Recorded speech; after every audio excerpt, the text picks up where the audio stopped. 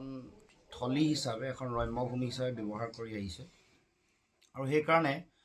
উন্নয়নৰ গোটেই কথাবোৰ তেওঁলোকে পিছ পেলাই উন্নয়নৰ কথাবোৰ একাষৰীয়াকৈ ৰাখি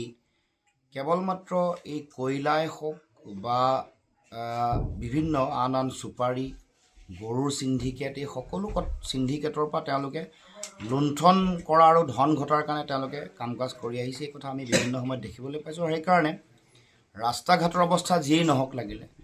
উন্নয়ন আৰু এই অঞ্চলৰ জনগণৰ সমস্যাৰ প্ৰতি পিঠি দি তেওঁলোকে কেৱল মাত্ৰ ইয়াৰ সম্পদ ইয়াৰ লাইমষ্টোন বা এই বৰাক সমগ্ৰ উপত্যকাখনক এটা ট্ৰেনজিট ৰুট হিচাপে তেওঁলোকৰ সিন্ডিকেটৰ ট্ৰেনজিট ৰুট হিচাপে ব্যৱহাৰ কৰি আহিছে আৰু সেইকাৰণে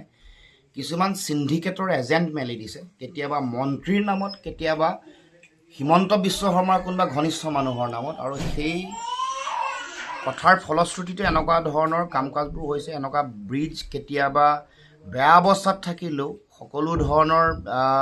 তেওঁলোকে ৰিক্স লৈ হ'লেও এনেকুৱা তেওঁলোকে নীতি বহিৰ্ভূতভাৱে কাম কাজ কৰি থকা দেখিবলৈ পাইছোঁ গতিকে ইয়াৰ মূল লক্ষ্যটোৱেই হ'ল উদ্দেশ্যটোৱেই হ'ল তেওঁলোকে লুণ্ঠন কৰি থাকিবৰ কাৰণে তেওঁলোকক যিটো সুবন্দবস্ত লাগে সেই সুবন্দবস্তিটো তেওঁলোকে কৰি ৰাখিছে তাৰ কাৰণে বৰাকৰ জনগণ বা বৰাকৰ জীৱন যাত্ৰা এইটো তেওঁলোকৰ কাৰণে গুৰুত্বপূৰ্ণ নহয় এইটো মূল্য হ'ব ন আৰু কিবা লাগিব ছাৰ